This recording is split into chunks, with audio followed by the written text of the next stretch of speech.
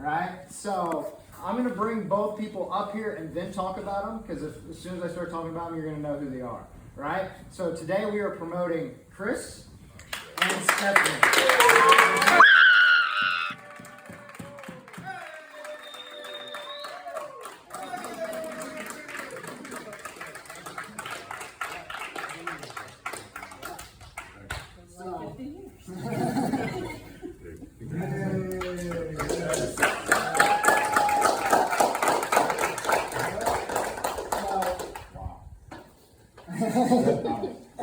So first we'll talk about Stephanie. As most of you know who train with her, she has zero confidence in herself.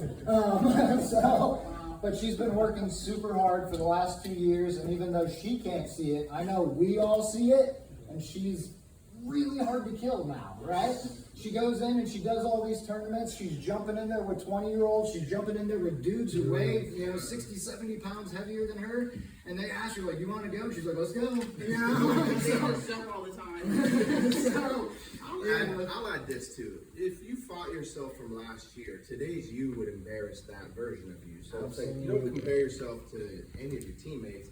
You think about if you had to fight yourself from a year ago to the death, you right now is the one that's going home. You last year, you killed that person. Yeah. Absolutely, I couldn't say it better, right? So I'm very happy to give you your blue belts. So I was just waiting. You've had the skill. I was waiting for some more confidence, and we finally started seeing some more of that confidence in the last few months. So when you start jumping in and doing and showing the warm-ups in the beginning of class and doing all that stuff, like that's the stuff I was waiting to see you really start to show some of those things, and that's I'm so happy to be able to do it.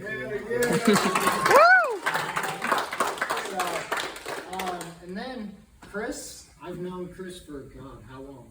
It's been a while. I was trying to think of it earlier. I think it's going on almost 10 years now. So we originally started training together way back at First Coast under Jamie Harrison, and so Chris was a full-time cop for CSX. You were JSO originally there, right? So JSO and then CSX. He's got a family. He's got kids.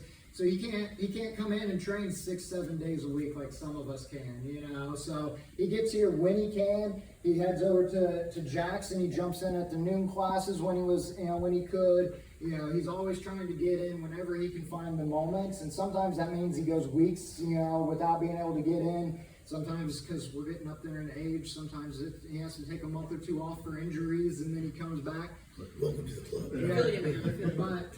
But something like, I remember talking to him years ago, and I was like, dude, don't worry about it. Just keep walking through the door when you can. Like, just keep showing up, right? And that's all we can do.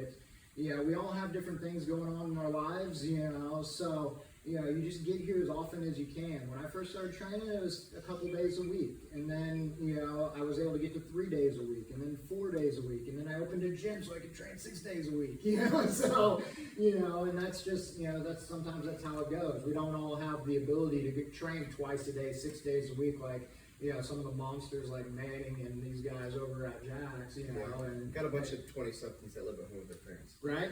So, so it's, if you have that opportunity, take advantage, and train as much as you possibly can, but get here when you can, that's all that matters is you keep showing up, you keep working, like Bryan said, you're just trying to be a better version of yourself, right? And so Chris has been working super hard for a long time, and I couldn't be more excited to finally give him his purple belt, right?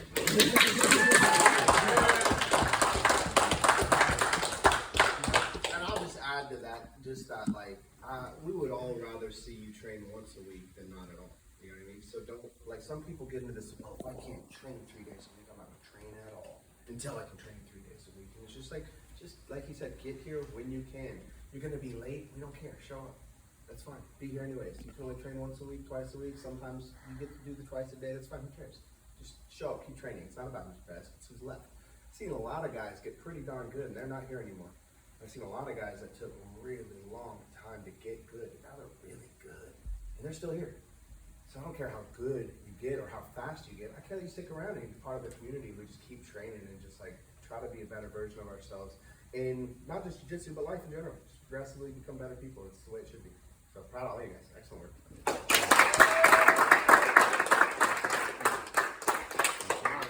Now we can get a picture. 100%. You got a fall, right? Ready where you are. That's it. Ready where you are. Good.